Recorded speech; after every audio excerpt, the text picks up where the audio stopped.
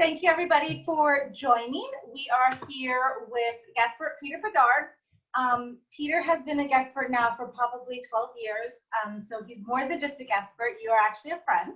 You and I have spoken many times, met in person. I've had your teas. I just appreciate everything about you, Peter. You're amazing and amazing to work with. So really excited he's here today talking about befriending your pain. Just a little bit about Peter. If you don't know about him, he is the author of Convergence Healing, if you haven't picked up a copy. He's a leading healer and holistic health consultant, and he also has an online tea shop, Convergence Healing Teas. And again, I've had them, and they are fantastic. Any kind you would ever want. One thing I do want to say today is TVGuestpert Publishing and with Peter, we're working on a book, looking for contributors. If anybody's interested after the talk, we'll be talking more a little bit about it, cultivating joy. And, you know, it's just something, definitely reach out to us for more information about, but we are looking for contributors, and it will be somewhat about the same topic about today. So Peter, thank you so much for joining us today. I'm going to let you take it away. Well, Stephanie, thank you. I'm so grateful for being here. I love you guys, and I love sharing my work. It's part of my life purpose. So thank you for letting me share my life purpose with everybody. It's awesome. And I just want to say that this talk that we're about to embark on, the next book is called Cultivating Joy When Happiness is Work. It's about a process that I had to go through for myself in handling my depression and how I was able to work through my depression. And I'm inviting other experts to do the same. And one of the things that Stephanie and I was talking about in the beginning is this idea of pain. And I had asked her, as she was asking for a question that was, you know, the most commonly asked questions. And one of the questions is, am I still in pain? And we'll get to that answer later. But to understand that pain isn't something that most of us categorize as a physical experience. So pain is actually something that I understand as a physical, mental, and spiritual experience. So pain is something that we go through, and we go in multiple layers. So we're going to jump in. And first, I want to just say thank you to TVGuestpert. I so love you guys. I'm so grateful for this. I really feel inspired and blessed by you guys. And so I just want to say, you know, a heartfelt thank you to to this powerful goddess-owned business. You guys are amazing. So one of the things that, one of the quotes that really inspired me in beginning my own healing journey was Rumi saying, the cure for the pain is in the pain. Rumi is a mystic, a Sufi mystic from several hundred years ago, I think about 500-600 years ago. And that struck me a lot because at the time I was struggling so much. How do I heal myself? The doctors didn't know what to do with me. They gave me lots of pharmaceuticals. They offered more and more surgeries. And it was all about masking the pain. It was all about sort of taking it away, but it wasn't about addressing the causation. So this quote really stuck to me. The cure for the pain is in the pain. It's been a foundational quote for me. And it's changed my life because now when I do have pain experiences, because I am a living, breathing, organic being in this moment, just like you are, and my life evolves and changes, and I get older, and I do different things, and I get more athletic as I get older, things happen. So pain does come in different forms and different ways. So I keep going to the pain to find my healing. And so a little bit about me. Several years ago, I was slammed into the back of a semi-truck. So I know people think that's like, there's a gas that often happens. And I died after that experience. I was pushed into the back of a parked semi-truck and I died. I went to the other side. I came back. You can find out a lot about the details in that story if you go to my book, because part of the Convergence Healing book is my story and then how I healed myself and how I learned a process that I called Convergence Healing, and using that process with other people. So it's other people's stories going through this healing work. So this is a picture of me, and it's on a back lot when I was working on a set in some production for Convergence Healing. And we were filming our podcast at that time.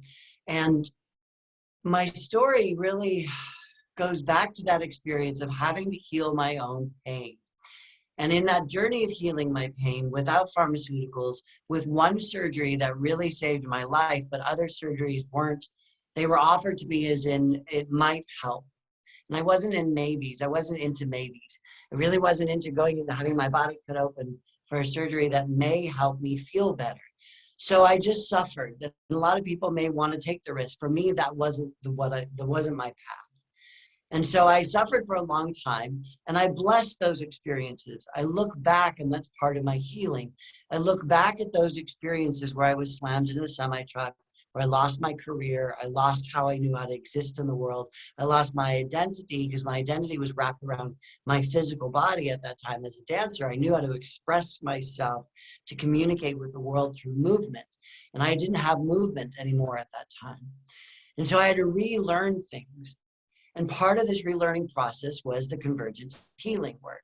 And so I had to learn to bless, to forgive these experiences. And I had to forgive the person who slammed me into the back of the semi-truck. I had to say thank you to them. Now, I'm not saying you have to love them. I'm not saying you have to go up and hug them. But my freedom was created when I said thank you and forgive me, and I walked away from that experience. There's another famous quote that's really inspired my life, and it's in many different ways, but stated in many different ways. But the quote basically says, forgiveness is putting the poison down that was intended for someone else. So I was drinking all this poison of hatred, of anger, of frustration. I was drinking all this poison intended for somebody else, but I was punishing myself with that energy. And so I found my freedom, right? Arms up. I found my freedom by forgiving. That was one of the things I could do. I had to come into a place of absolute acceptance. And in that acceptance, then I was able to move forward. And I actually now bless that experience. I'm grateful for that experience of being slammed in the back of a semi-truck and all the cascade of pain that came after that.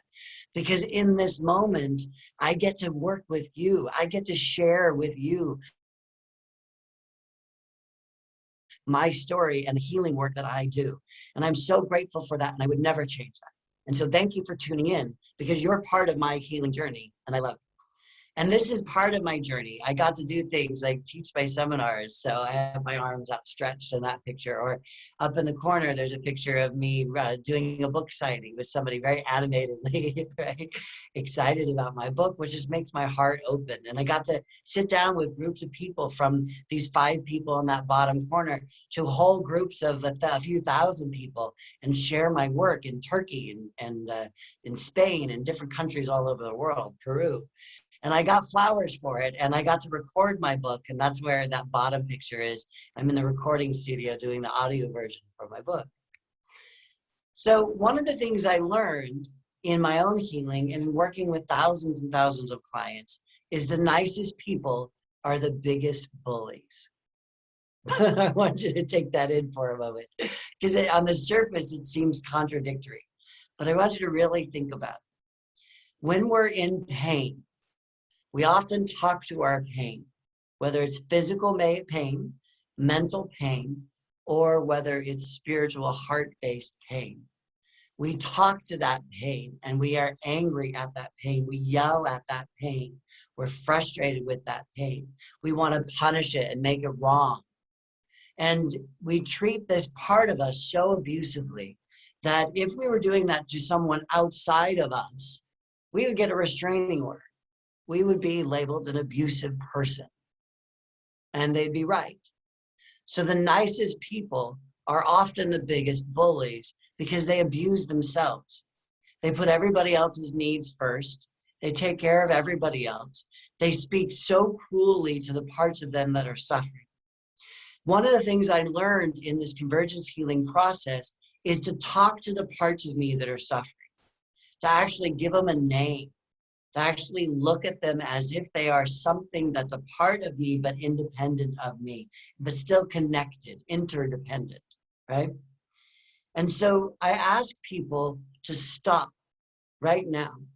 If you're angry at your fat thighs, or you're judging your beauty standards compared to everybody else, or you hate your body, or you're frustrated with that knee that gives out on you, or anything like that. I once had a client come to me who was so angry at his heart. He had just had a massive heart attack. His heart was not doing well, and he was so angry. And he was so disappointed and angry at his heart. And I said, is it possible to reframe that, to step back from that? Is it possible to go to this part that's suffering and say, thank you? You know, his heart was still beating. It was struggling, but it was still beating. It was still keeping him alive.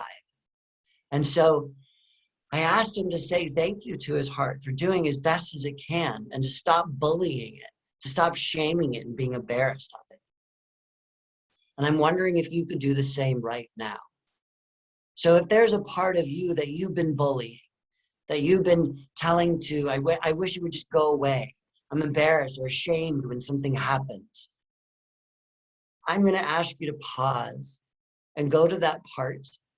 Instead of bullying it, pushing it to do things that maybe it's not ready to do, I'm asking you right now to say, I'm sorry and I love you. Go to that part. We all have those things we carry with us. Go to that part. Stop bullying it and say, I love you. It'll be the initiation for your healing. And so one of the things I really needed to recognize was that the truth is that beneath all of the life that has been dumped on you, you are whole, perfect, and complete. You are. This is a test for me in working with my clients. I've had clients for 17 years now. And in working with my clients, I need to be able to see that underneath all the experiences that they're representing, that their evidence is in front of me, I need to see that beneath the evidence of their addiction or their trauma or their physical pain or their mental anguish or their anxiety or their stress, whatever it is, I need to be sure that I can see beneath that stuff, all that crap that is just covering over our truth. And our job in therapy and our job in doing the convergence healing work is uncovering that truth, is letting that stuff be washed away, letting the addiction, the anxiety, all that stuff to be washed away, to reveal that the truth of who you are. Underneath all that is that you are whole, perfect, and complete.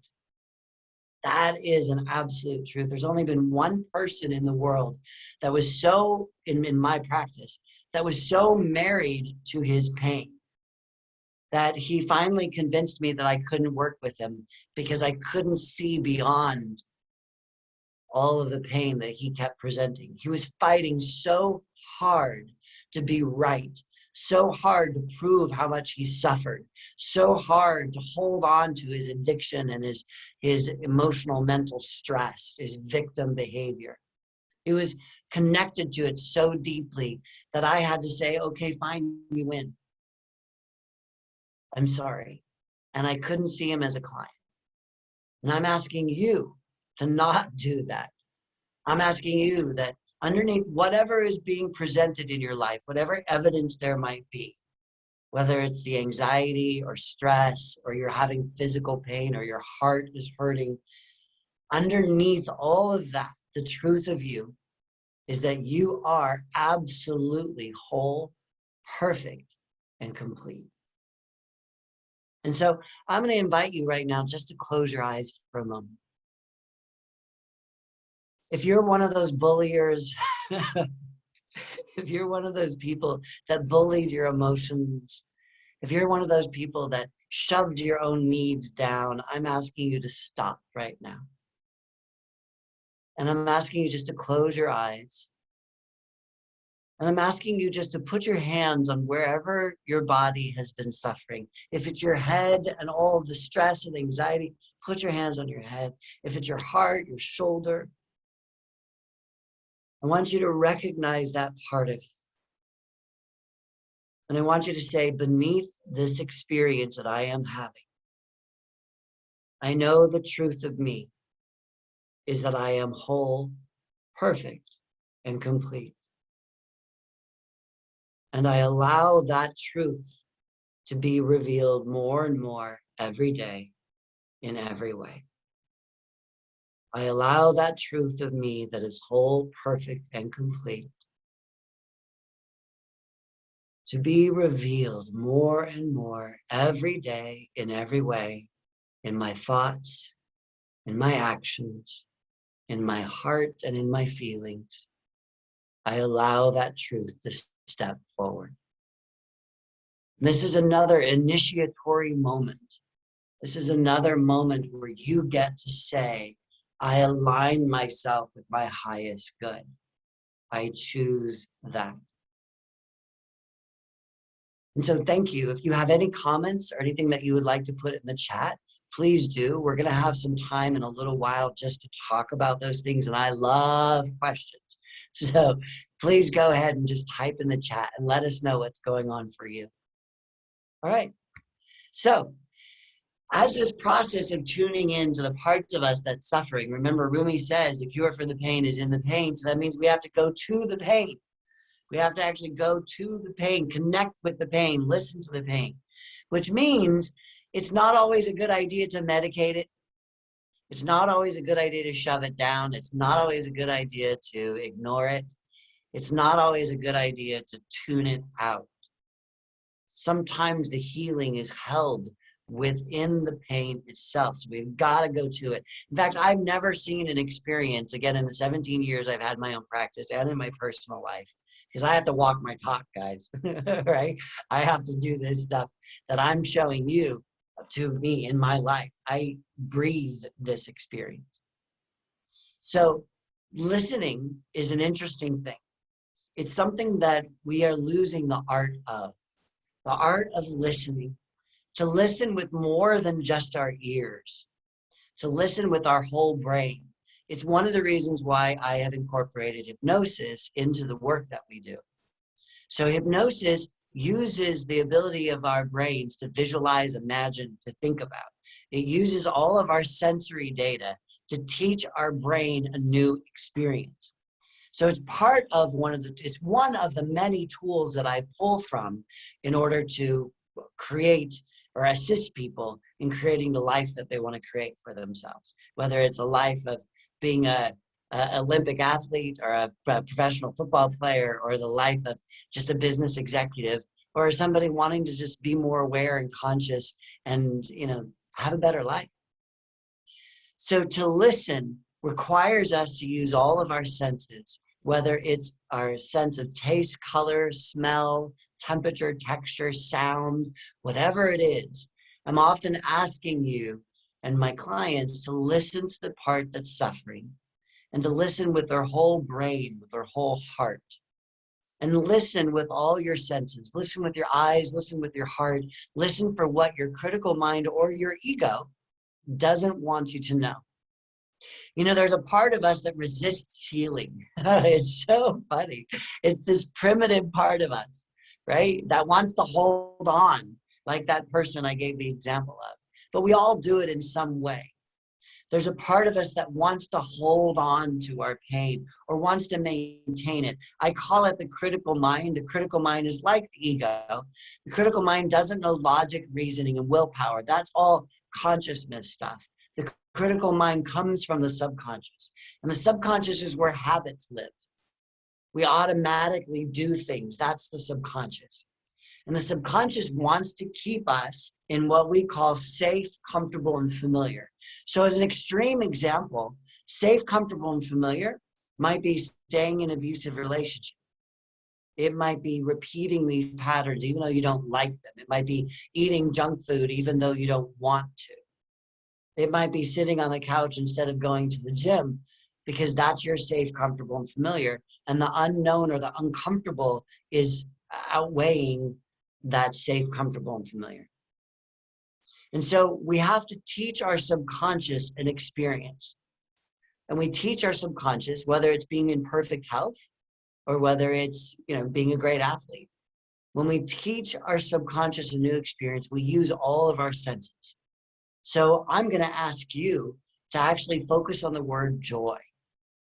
I don't know what's going on in your life or where you are, but a lot of my work is about letting the pain be, tuning into it, asking what it needs, and shifting your attention away from problem into possibility.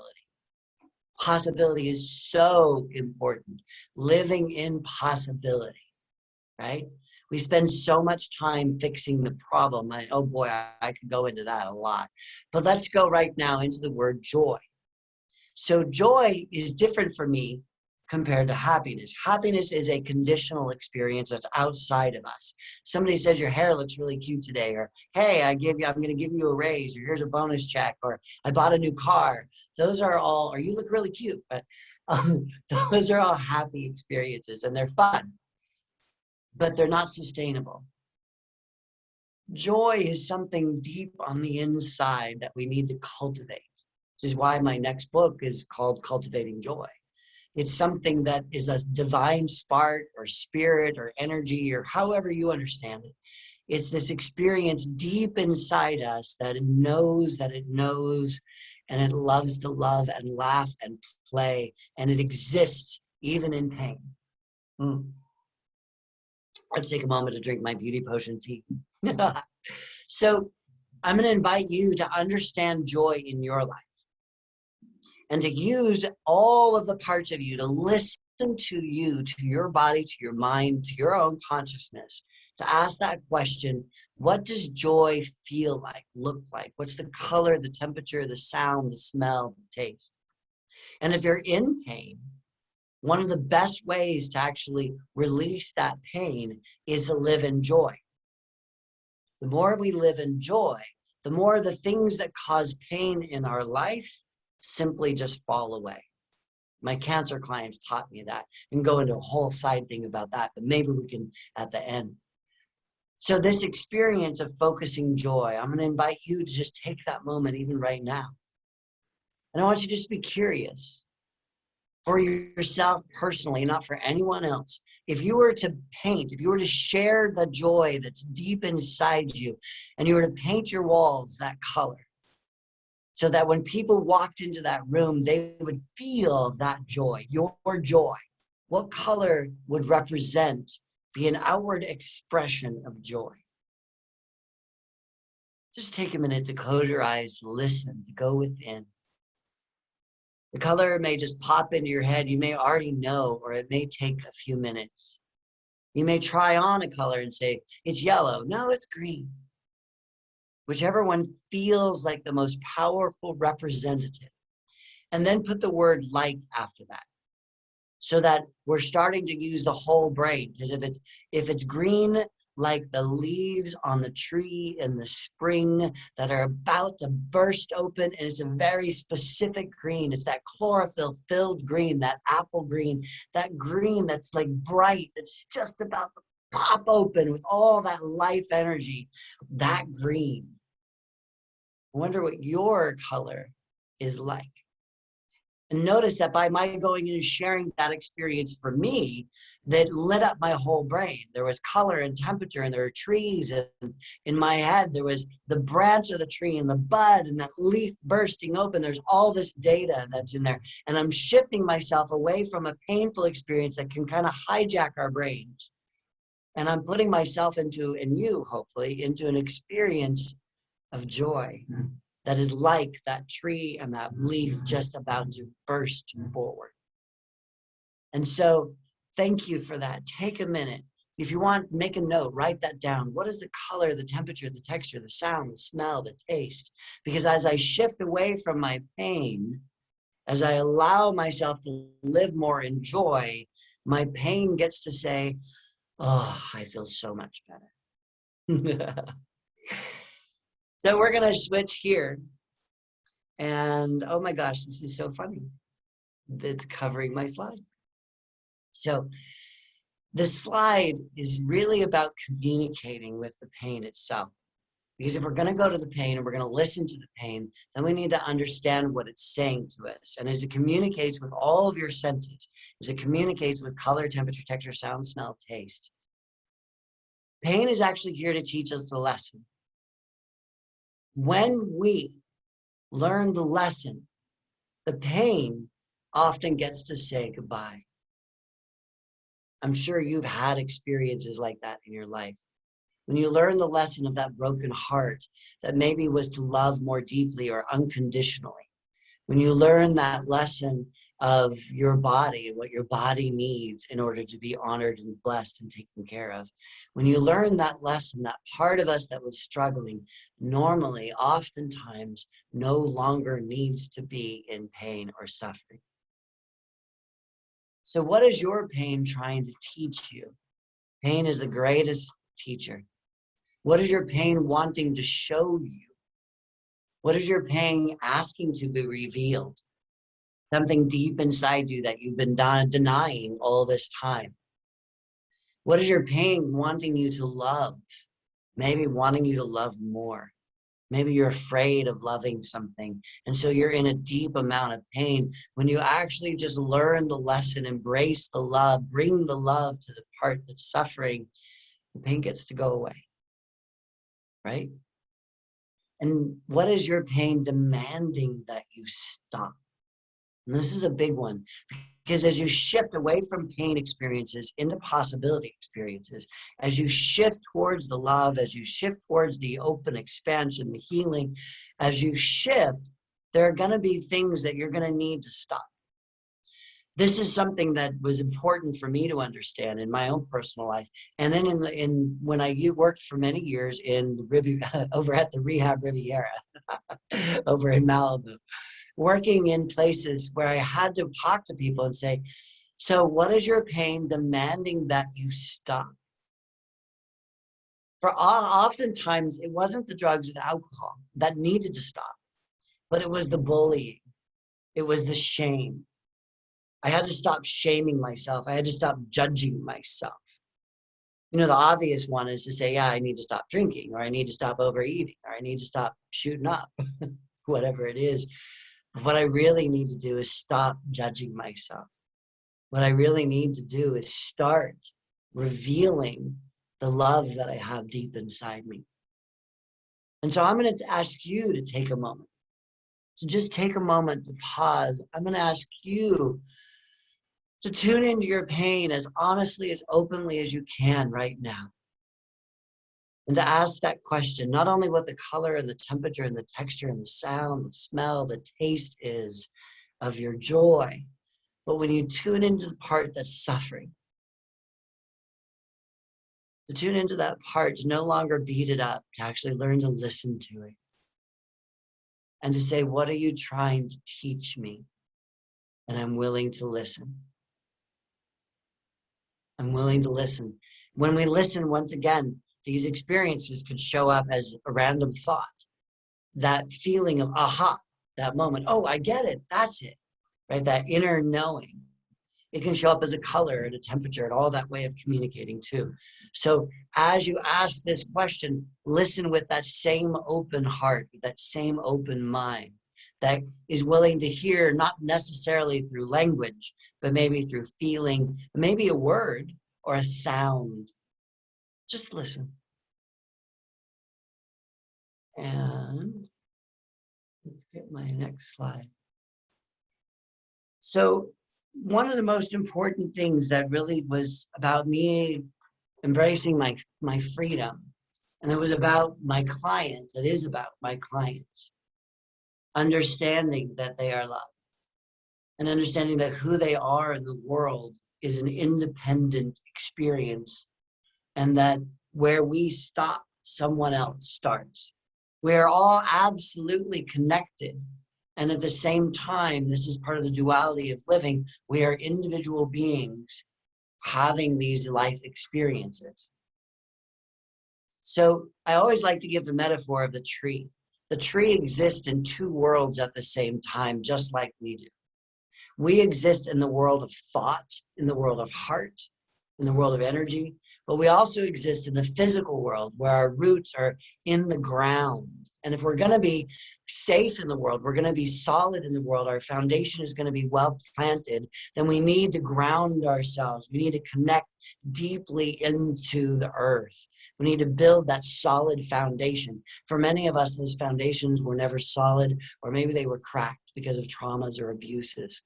And so we have to focus on that experience. But we're also beings of the air and the elements. And as we, like that tree, reach up into the skies with our consciousness, as we do that, we're like the branches of that tree, reaching up, embracing the wind, feeling the sun. And we pull sustenance from both those experiences. Our roots pull the soil, the mineral, the water from the ground. And our hearts connect with the spirit, with energy, with life. Our brains connect with the consciousness, the thought, the knowledge of the world. And so we are existing at all times in both of these planes. But we also often get stuck, and we think that we need other people to approve of us or to validate us. And so we don't grow as strong or as big as we could. We limit ourselves, we hold ourselves back, and we become our worst enemies. We wait for someone else to give us permission to heal, to thrive. And so if anybody listening needs to have that permission, I'm giving it to you right now. You have permission to grow, to expand, to dig your roots deep into the ground, to reach your branches high up into the sky, to open your heart. And this saying is really about that. And over the years, I learned more and more the depth of what this actually means. I love myself so much. You can say it with me if you like. I love myself so much that I can let other people be exactly who they are. And for all my empaths out there, we have a whole other workshop for you. But it's a big thing. This is huge, because what this says is I love myself so much that I can let my parents be the people they were. I can love myself so much I can let my spouse be, my friends, my siblings. I allow them, I give them permission, and giving them permission to be who they are. Whatever they did is what they did. That's part of putting the poison down. And so I love myself so much that I can let other people be exactly who they are. And in doing so, I claim my freedom. I cut those cords that entangled me, that held me down to the pains of the past, that connected me to abusive, traumatic experiences. I love myself so much that I don't need someone's validation. I love myself so much. I love myself so much that I can let other people be exactly who they are, good, bad, or ugly. My judgment doesn't matter. And in giving them freedom, then they get to cut those cords that held them down to their pain. And I get my pain instantaneously released. I step into my freedom right now. I love myself so much. I can let other people be exactly who they are. And I mentioned this earlier for the empaths out there, the people that absorb other people's emotions, the people that feel responsible for other people's lives or feelings. I'm going to ask you to say this like a chant, like a mantra. I love myself so much I can let other people be exactly who they are. If anybody has the experience of addiction or addiction in their family, I love myself so much I can let my family members be exactly who they are. And in so doing, I release my resentment, my anger. I release that poison that was harming me. I love myself so much. I hope as I'm repeating this, you're not hearing this as an annoyance, but you're hearing this as a reinforcement. To reinforce, I love myself so much. And so we got a bunch of stuff going on in the background, but I wanted to share that I have these books. The first book, Convergence Healing, Healing Pain with Energetic Love. You can find it on Barnes & Noble. You can go to Amazon, Audible, Kindle. It's a paperback. It's a digital book. It's an audio book. So proud of this book. And I get messages every day about people telling. Today, I got one that said, you know, you changed my life or you saved my life. The next book, Cultivating Joy When Happiness is Work. This is a book that's focused on healing depression. And it's by experts on how to live, think, be, move, engage with life in a way that is cultivating joy, right? Leaving the experience of pain, stopping the experience of trying to fix all the things and stepping into the joy. And then I have a third book that we're actually putting out very soon, and it's called Billy and the Anxiety Monster. It's a very small little book. It's a process that I wrote for adults. That's why I call it a grown-up book for your inner child. And it's a book that's really about one of my processes for going through and releasing anxiety, making the part of us that's suffering, the anxiety part in this case, your best friend, and loving it so much, giving it what it needs in order to heal. And so it's a book that talks about actually going through these processes. And I think you'll really enjoy it. It's coming soon. So you can connect with me right there. There's my email. You can directly connect with me, peter@convergencehealing.com. You can also find me on Instagram and LinkedIn and Facebook. I have my Facebook page right there, facebook.com/convergencehealing.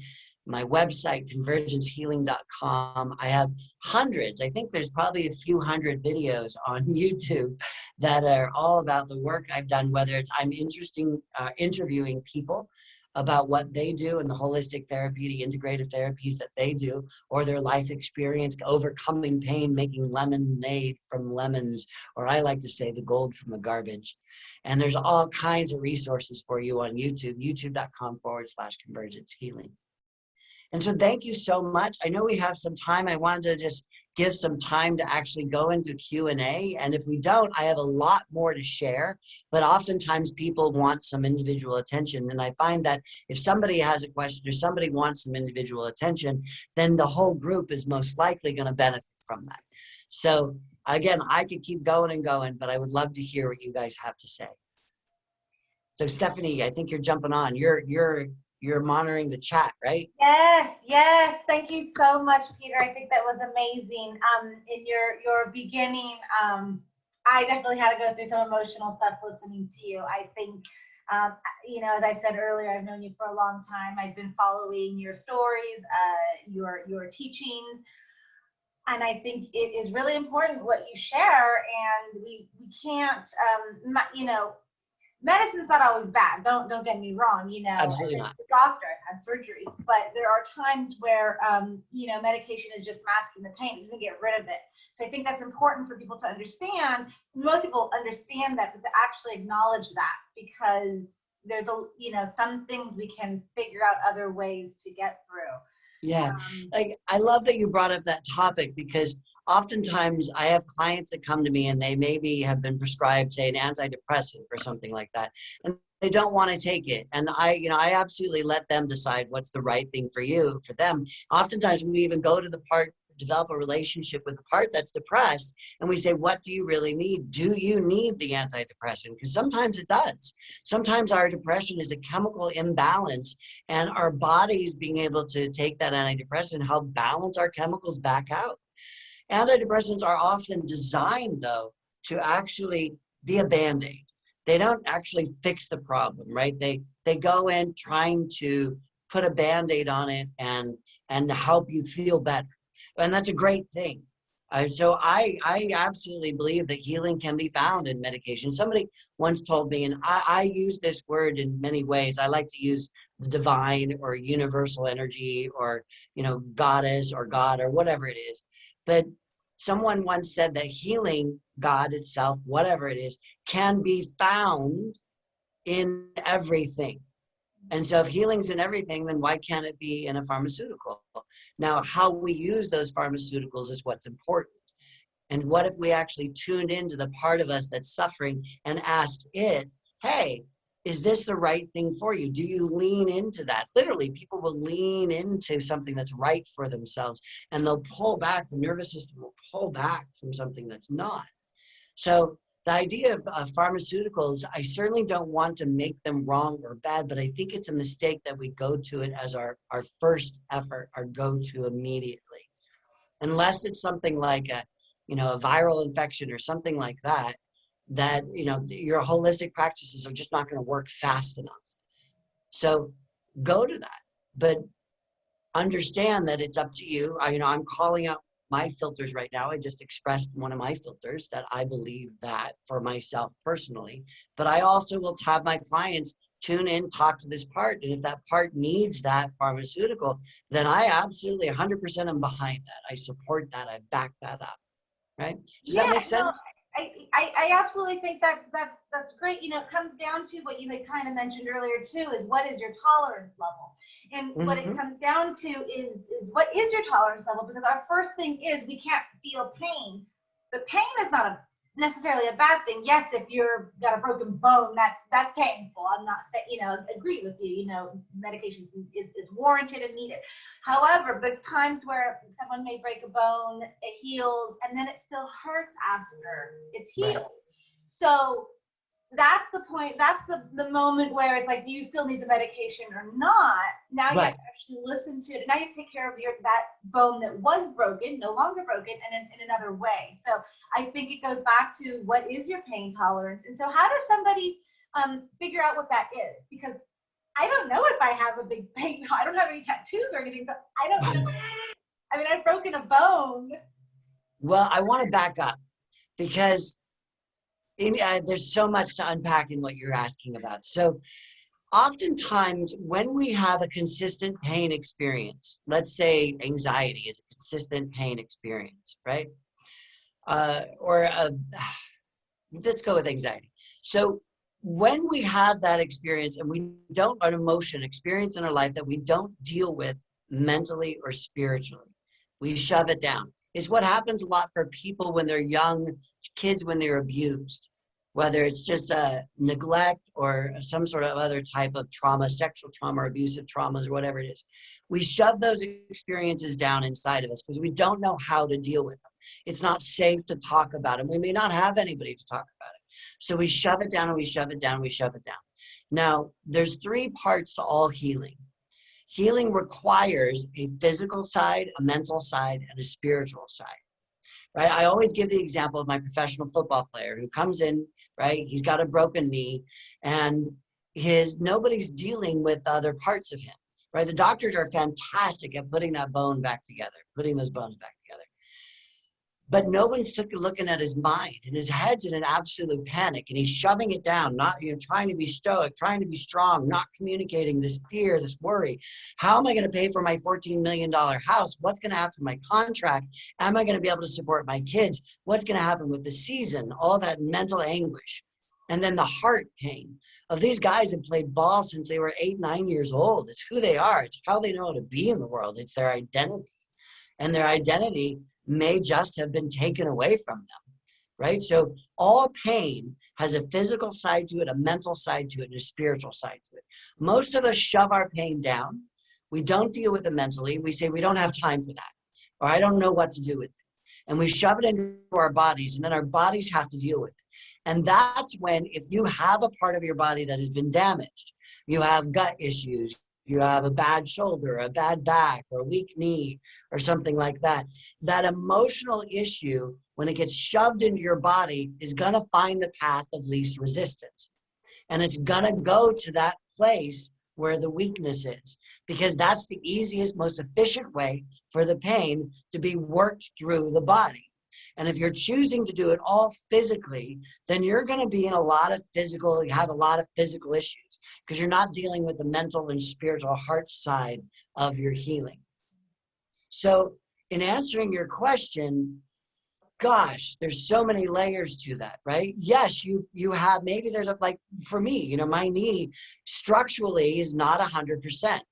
And if I'm not dealing with stuff in my life, that emotion that I'm suppressing, I'd say I don't have time for it because I'm taking care of too many people. I have to be careful of that, right? I shove my own shit down. It goes right into my knee, or it goes right into my back, or it goes right into my shoulder, right? And my body processes that emotion. So if I can address that and go, okay, wait a minute, there's some pain in my knee. I'm going to tune into my knee. I'm going to listen to my knee. I'm going to ask my knee what's going on. My knee is helping me process through. The physical side of processing is always the longest experience of processing. You can process an emotional pain in seconds. You can process a mental pain in seconds. Even a heart pain you can process like that if you're willing to. The physical body takes significantly longer. So if you have something like that, I'm going to invite you to say, okay, well, I have this part of my body that structurally in the physical world isn't 100%. There's been some damage done to it. So when I get something, when that part of me starts to hurt, it's kind of like the canary in the coal mine, right? And so that means I need to, double down. I need to do my self-care even more. I need to really pay attention to what's going on in my life. I need to maybe stop, slow down, pause. Maybe I need to do a little bit more meditation. Maybe I need to do some of the convergence healing work and tune into that part and talk to that part and ask it what it needs in order to heal, right? Go to the pain itself, like Rumi said, right? Maybe I need to do some of these things. Maybe I'm overextending myself. And the same goes into on the other parts of us, right? The mental, if we're having that mental anguish. So I hope that answers your question. And I see that we have another question. Well, I was gonna say, we do have, in the comments, we did have one, someone's partner is dealing with fibromyalgia. Not only does it obviously affect him, as one can understand, but it also sets off her emotions when he struggles to do things. Yeah. So fibromyalgia is something I'm very familiar with. I had that, right? I busted up my knee. I cracked 5 vertebrae, split my right wrist open. I lost all the nerves in my hand. I had that death experience. I had undiagnosed brain damage. I had fibromyalgia and arthritis and asthma and bronchitis and depression and anxiety. I was a mess, right?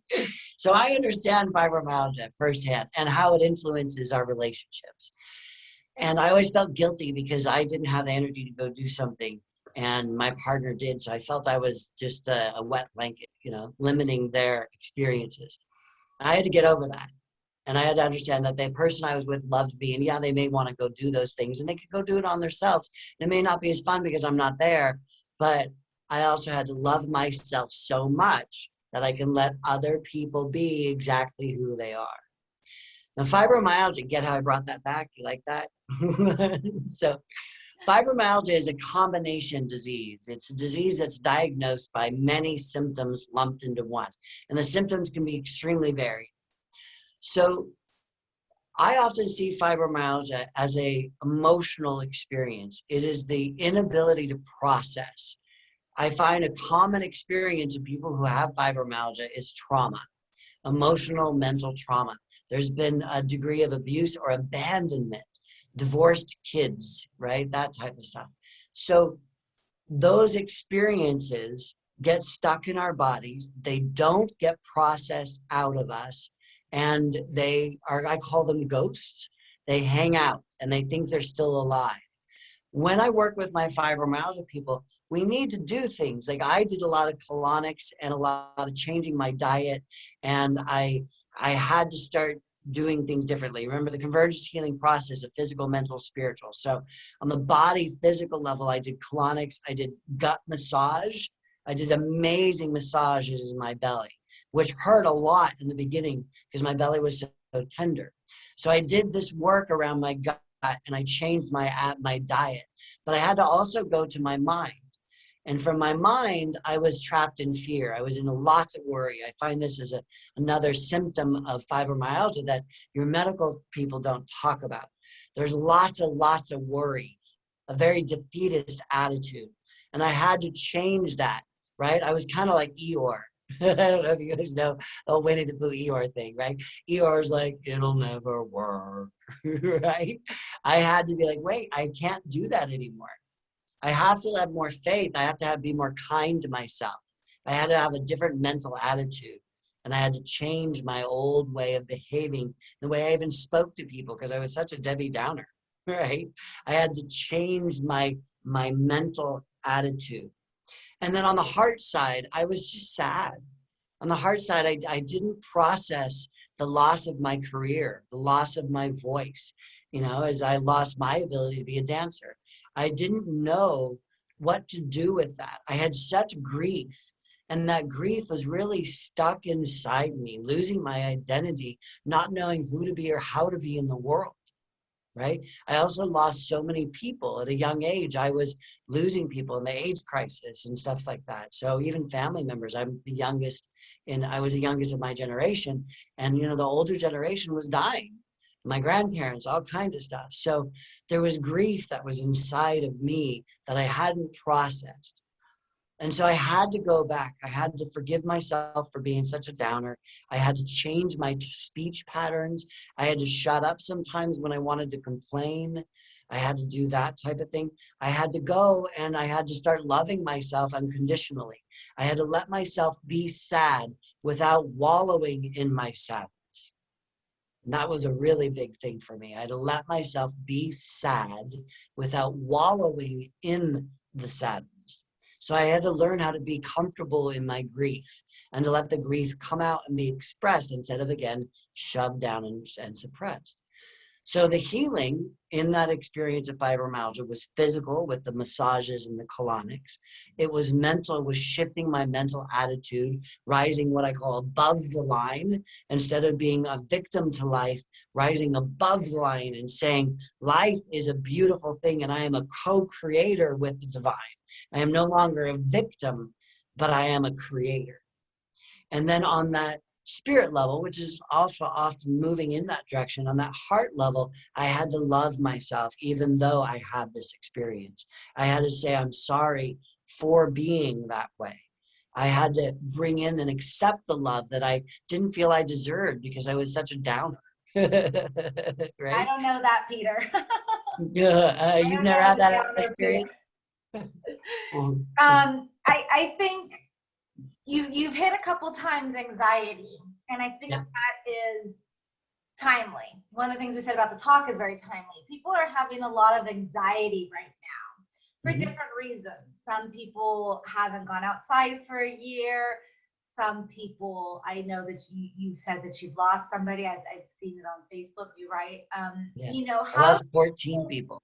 Yeah. Yeah. So how are people? And I'll make this the last question because we have just a couple minutes. So how should people kind of get through the anxiety right now that they may feel they have no control over? I mean, what's happening is like this past year, we may feel helpless. Absolutely. So anxiety, there actually are a few pandemics happening right now. And these pandemics have been happening for a while before COVID. There's a pandemic of loneliness that's out there right now, literally at rates that are higher than the COVID pandemic, right? There's pandemics of depression, which is why I really wanted to get the Cultivating Joy book out there, because depression is reaching pandemic level, has passed pandemic levels, as has anxiety. And the COVID experience has only exacerbated a lot of the anxiety and depression or stress that people are having. So my process is to actually go to the part that's suffering, to give it the love. So if somebody is feeling anxiety right now, which probably most everybody is at this moment in some shape or form, I'm going to ask you to just go to that part, take a nice deep breath. I'm going to ask you to tap into that feeling of anxiousness and to give it a shape and a form. And we're going to go through this quickly so you guys can watch this over again. But I want you to go give that experience of anxiousness a shape and a form. It could be a triangle. It could be a thundercloud. It could be a blob. It could be a snarling dog, whatever it is. Give it a shape or a form and give it a name. And so I'm connecting with my anxiety right now, and I can see it. I feel it. I'm not trying to avoid it. I'm not shoving it down. I'm not bullying it.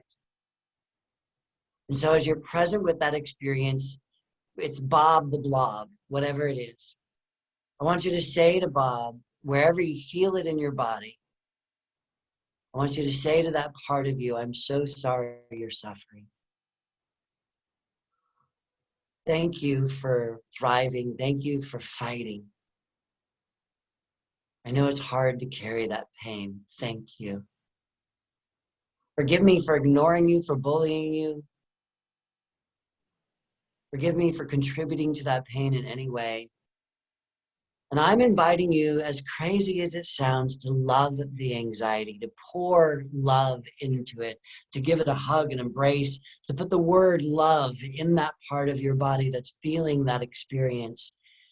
To say, I love you, I love you, I love you. I always have the glowing light experience of this glowing, viscous, lava-like light that sparkles and shines. It's like an alchemical fire that burns and heals. And as I bring that love, I know that a human truth is that when we feel love, and this is true for all the parts of us, that when we feel love, we can heal anything. I don't care what it is. Tumor, cancer, anxiety, stress, depression, I don't care what it is. When we feel loved, we can heal. So I'm inviting you to pour love into that part of you that was suffering. To pour love into that part of you where there once was pain or anxiety. And to open into that conversation of what can I do to help you heal? As you talk to Bob the Blob or whatever it is, and you learn to listen with your ears and your eyes and your heart and your senses. And as you connect and build this relation with this part of you that's suffering, as you give it love and you ask it that question, what can I do to help you heal? What can I do physically, mentally, or spiritually? What can I do that's going to assist you in your healing process? Do you want to dance physically? Do you want to run around? Do you need that surgery? Do you just feel like you need to roll in the grass, get some sunlight, step outside? What do you need? What do you need on that level? And how can I provide it to you? What do you need on that heart level, right? That spirit heart level. What do you need? Do you need to put your feet in the ocean? Do you need to have some time just to connect, tune within, pray, meditate? What do you need on that mind level? Because the way you've been thinking is probably not in alignment with your health. So what do you need to think about? Do you need to think about silly cat videos and just laugh? What do you need to think about that's in alignment with your healing? And so I just took you through what I do in a much longer, more in-depth type of way. But I took you through one of the foundational experiences of Convergence Healing, where thousands of people have found their healing just by me guiding them. I don't do it for them. I don't even help them. I hold their hand. And so I just held your hand. And I'm asking you to go to the part that's suffering, give it a shape and a name, speak to it with kindness. Don't bully it anymore. Give it love. Give it that love and ask it what it needs and learn to listen and then be in action. So many people are like, well, I knew I was supposed to do something, but they're not doing it. And so that part that's suffering even more because you know what it's like, right? If you say, how can I help? And I say, you can do this, and then you don't do that, that's not okay. So I'm saying that to anybody who needs to hear it right now. If there's something you've known you've needed to do, step out, go do it. Your health is counting on it. I think that's so beautiful, Peter. It's emotional. I can definitely see someone working with you that would be, groundbreaking emotionally. Oh, we have fun. It is emotional, but we have fun. We laugh. We do all kinds of stuff. I believe it. Knowing you, I believe that. I'm going to wrap it. It's been an hour. We'll end on that beautiful note. I know that there is a question that came in. I will have Peter answer it by email, and we'll send it over to a person who asked it, just because we are out of time. And I just thought, thank you everybody for joining. Thank you, Peter, for your wonderful talk, and gave me emotional today. I want to say before you go, everybody, please do find Peter. Peter, he's online, he's available, he's friendly. Please definitely reach out to him. He's got his information up. And again, if you want to be a contributor and participate in the Cultivating Joy book, we put right in the chat, we put publishing@tvguestpert.com, and we can send more information. And yeah, again, just become a participate as a contributor with Peter, Cultivating Joy, publishing@tvguestpert.com. So again, I'm Stephanie from TV Guestpert. Thank you, Peter, and thank you everybody for joining us.